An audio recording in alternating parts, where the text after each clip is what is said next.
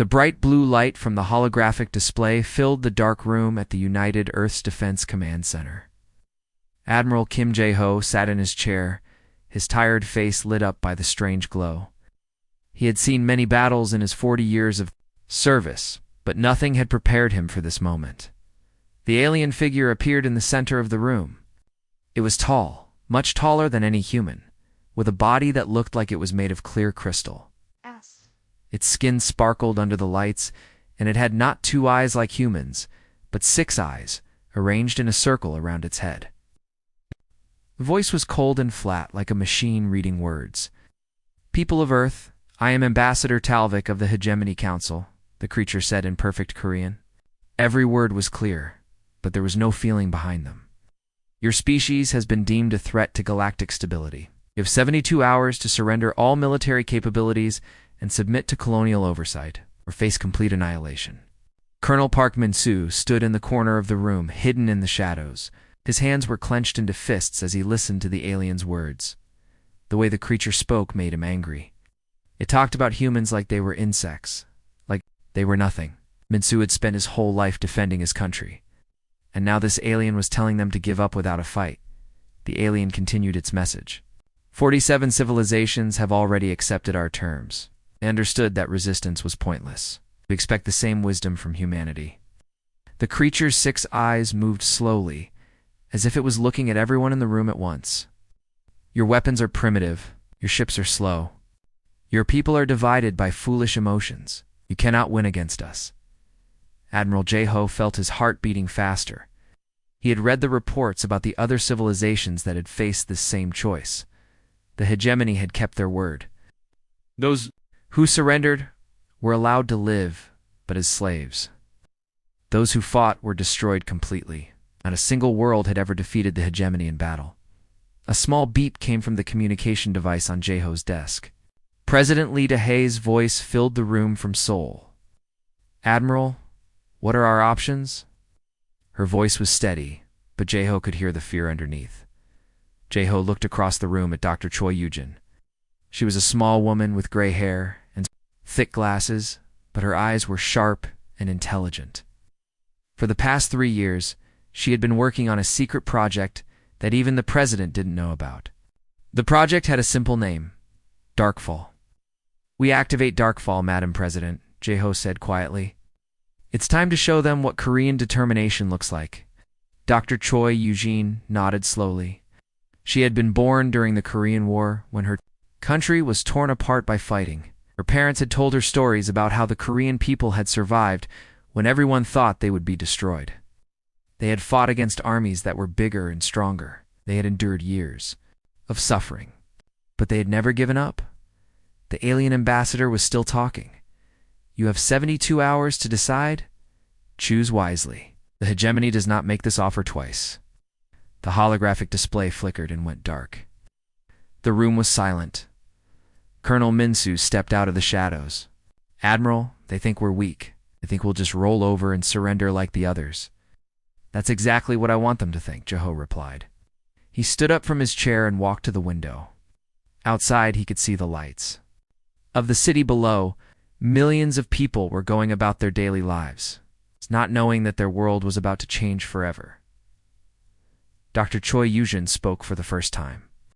"The aliens have studied our history, but they don't understand us. They see our wars and think we're just violent animals. They don't see our strength." She walked over to a computer terminal and began typing. "They don't understand that Koreans have been fighting for survival for thousands of years. We've been invaded, occupied, and divided. But we've never been truly defeated. Even when our enemies thought they had won, we kept fighting." The screen showed a map of the solar system. Red dots marked the positions of the hegemony fleet. There were hundreds of ships, each one more powerful than anything humanity had ever built. But Dr. Choi Yujin's fingers moved quickly across the keyboard, and new symbols appeared on the map. Blue dots, hidden throughout the system. "They think they know everything about us," she continued. "They've watched our television shows and read our books. They've studied our military tactics and our technology. But they made one mistake. They assumed that what they could see was all there was. Admiral J-Ho smiled for the first time in days. They're about to learn that when you corner a Korean, you don't get surrender, you get rage. The countdown had begun. In 72 hours, the galaxy would discover what happened when someone underestimated the human spirit. The hegemony had crushed 47 civilizations. But they had never faced a people who had learned to find strength in their darkest moments. The aliens had made their choice. Now it was time for humanity to make theirs. President Lee Dahai stood in the bright lights of the television studio in Seoul. Her hands were shaking slightly, but she kept them pressed firmly against the podium so no one could see. Behind the cameras, dozens of reporters from around the world watched her with worried faces. This was the most important speech in human history. "My fellow citizens of Earth," she began, her voice clear and strong.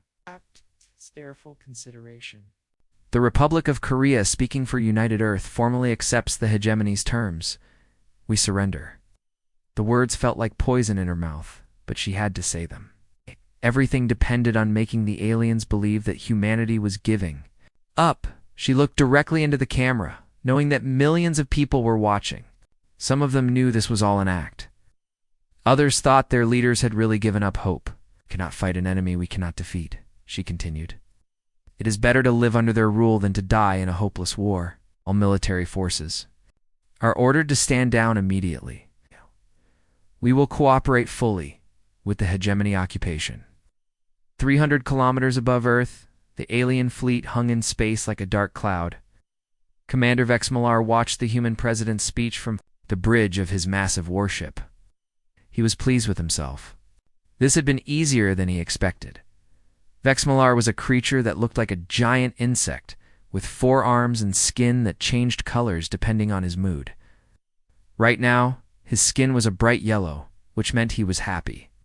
"Another species learns wisdom," he said to his officers. "Begin the descent. We'll have their planet secured by tomorrow." The alien commander had fought in 12 different invasions. He had seen species that tried to hide, species that begged for mercy, and species that fought until the last warrior was dead. But he had never seen a species that gave up so quickly. This made him even more confident that humans were weak. What Vexmalar didn't know was that far below the streets of Seoul, in tunnels that had been dug in secret over the past 2 years, Captain Nam Ji-won was sitting in a room filled with computer screens and communication equipment. She had been listening to the president's speech, waiting for the special words that would tell her when to begin. "Ghost Fleet is in position," she whispered into her encrypted communicator.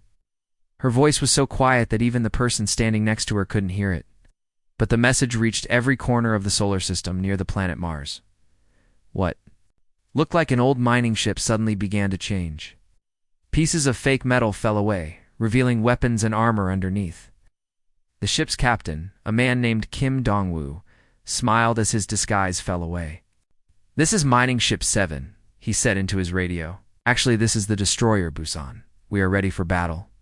The same thing was happening all over the solar system. Ships that looked like they were carrying food or supplies were actually warships. Space stations that seemed to be for scientific research were actually military bases. For 2 years, humanity had been building a secret fleet right under the aliens' noses. On Jeju Island, far from the cameras and crowds, Dr. Choi, Eugene worked in an underground bunker that was buried so deep that no alien scanner could find it. She and her team had been working day and night on their most secret project. They called it the Emotional Resonance Weapon. Final adjustments complete, she reported to her team. The weapon was based on something the aliens couldn't understand. Humans felt emotions strongly, and these feelings made them fight harder. The aliens had removed emotions from their own species because they thought feelings made them weak. Dr. Choi, Eugene was about to prove them wrong. On the dark side of the moon, Lieutenant Han So-young sat in a small base that was hidden inside what looked like a natural cave. She had been listening to alien communications for weeks, learning their language and their plans. Her job was to make sure the aliens believed the deception. "They're buying it completely," she reported back to Earth. "Commander Vexmalar is already planning his victory celebration. telling his officers that this was the easiest conquest in hegemony history. Through her alien communication equipment, she could hear the alien commander laughing. He was so confident that he was already making plans for how to divide up Earth's resources. The aliens had no idea that every word they spoke was being recorded and studied by human intelligence. Deep in the Pacific Ocean, submarine commander Yun Ta-min sat in his underwater vessel, waiting. His submarine had been hidden on the ocean floor for 3 months, completely invisible to alien sensors. He and his crew had been living in cramped conditions, eating recycled food and breathing recycled air. But they had never complained. As he listened to President Lee's speech, Taman heard the coded words hidden in her sentences. To most people, they sounded like normal parts of her speech. But to him, they were clear instructions. The real war was about to begin. "All crew, prepare for battle," he announced to his submarine. "The aliens think we've surrendered. They're about to learn the difference between surrender and strategy." Above them, the alien fleet began to move toward Earth, confident in their easy victory. They had no idea that they were flying into the largest trap in human history. The clock on Admiral Kim Jae-ho's desk showed exactly 4 in the morning, Korea time. He had been awake for 36 hours straight, but his eyes were bright and alert. This was the moment he had been preparing for his entire life. He pressed a red button on his communication panel and spoke into the microphone. "This is Admiral Kim. All units, execute Operation Darkfall. Show them our rage." His voice traveled instantly across the entire solar system, reaching every hidden human ship in base. The words were simple, but they carried the weight of humanity's desperate hope. For 72 hours, the aliens had believed they had won. Now they were about to learn the truth. The space around Earth suddenly exploded with light. Of white and blue filled the darkness as hundreds of human ships revealed themselves. They had been hiding behind asteroids, inside empty space stations, and even buried in the surfaces of moons. Now they all moved at once, like a pack of wolves attacking their prey. Captain Nam Ji-won stood on the bridge of her destroyer, Seoul's Pride. The ship had been hidden behind Luna, Earth's moon, for 2 weeks. Her crew had been living on energy bars and recycled water, waiting for this moment. Now, as her ship moved out from behind the moon's shadow, she could see the massive alien fleet spread out before her. "Weapons ready, Captain," reported her weapons officer, a young man named Lee Hyun-woo. "For every Korean who never surrendered," Nam Ji-won shouted. Her voice was full of anger and pride. She thought about her grandmother, who had lived through the Korean War. She thought about all the Korean soldiers who had died defending their country against enemies who seemed impossible to defeat.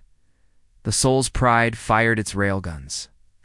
These weapons shot pieces of metal at incredible speed, fast enough to punch through the thick armor of alien ships. The first shots hit the lead hegemony vessel, tearing huge holes in its side. The alien ship began to spin out of control, its lights flickering and going dark. On Jeju Island, deep underground, Dr. Choi Yujin stood in front of a wall covered with computers and strange machines.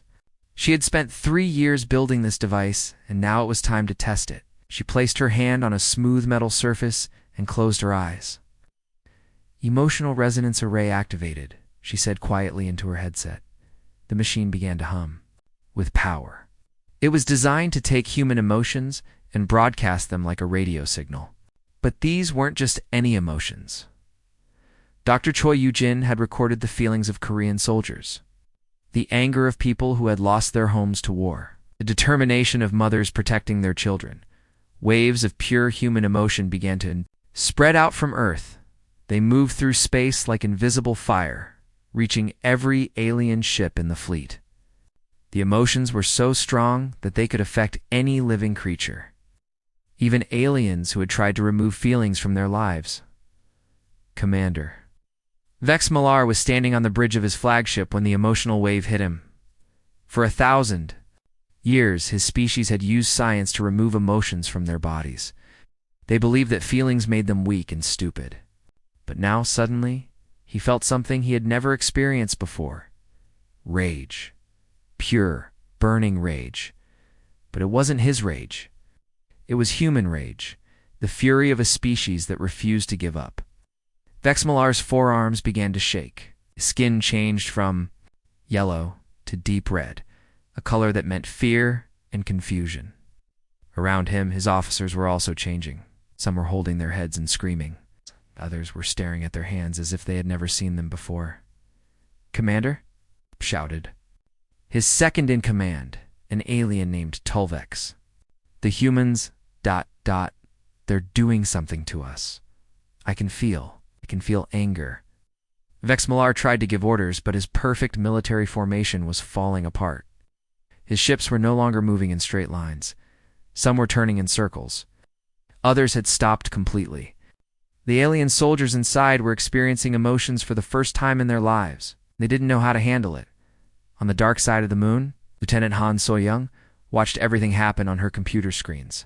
For months, she had been studying the alien fleet, learning where their weapons were, how their ships moved, where their weak points were. Tao. She was guiding human attacks with perfect precision. "Submarine Squadron 7, enemy flagship is vulnerable on the port side," she reported into her communicator. "Strike now, deep in space." Commander Yun Taman received the message in his submarine. His ship was designed to move through space as quietly as a fish swimming through water. The aliens had no idea he was there until it was too late. "Fire all torpedoes," he ordered. The submarine's weapons streaked through space toward the alien flagship. They hit the ship's side exactly where Lieutenant Han So-young had told them to aim. The explosion was so bright that it could be seen from Earth, all around the solar system. The battle was turning. The aliens had expected humans to surrender quietly. Instead, they found themselves facing an enemy that fought with emotions they couldn't understand. Human ships moved in ways that made no sense to alien computers. Human soldiers made decisions based on feelings that alien logic couldn't predict. The hegemony had conquered 47 civilizations, but they had never faced anything like human rage. 6 weeks had passed since the first shots were fired, and the galaxy looked completely different. Admiral Kim Jae-ho walked slowly across the bridge of what had once been the most powerful ship in the hegemony fleet. Now it belonged to humanity. The alien symbols on the walls had been replaced with Korean writing. And human technicians worked alongside captured alien equipment. Through the large windows, Jae-ho could see dozens of ships from different species. Some looked like the sleek human vessels. Others were strange and colorful ships from worlds that had been freed from hegemony control. For the first time in 1,000 years, these species were working together by choice. Not because they were forced to. Admiral called out Lieutenant Park Janae from her station. "We're receiving messages from the Zelen system. They've successfully driven out the remaining hegemony forces." Jae-ho nodded and smiled. The Zelens were a species that had been conquered by the hegemony 300 years ago. They had purple skin and could breathe underwater. When they heard about humanity's victory, they had started their own rebellion. "Send them our congratulations," Jae-ho said, "and ask if they need any help rebuilding their defenses." Meanwhile, on the other side of the galaxy, Colonel Park Min-soo was leading an attack on the hegemony's most important base. This was the central command station where all the alien military operations were controlled. It was a massive structure, built inside an asteroid, with walls so thick that normal weapons couldn't break through. But Min-soo and his Marines weren't using normal weapons. They were using something much more powerful, the fighting spirit that had kept Korea free for thousands of years. "Remember," Min-soo told his soldiers as they prepared for battle, "our ancestors fought against armies that had better weapons and more soldiers, but they never gave up. Today we fight for every person in the galaxy who has been enslaved by these aliens." The Marines moved through the station's corridors like ghosts. They had studied the alien base for weeks, learning every passage and every weak point. The hegemony soldiers inside were still confused by the emotions that Dr. Choi Yujin's weapons had awakened in them. They couldn't think clearly or work together like they used to. Sergeant Kim Biora led her squad through a ventilation shaft.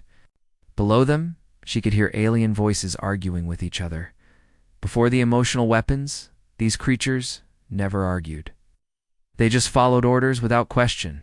They were experiencing anger and fear for the first time, and they didn't know how to handle it. They're fighting each other instead of us, she whispered to her team. Let's move while they're distracted.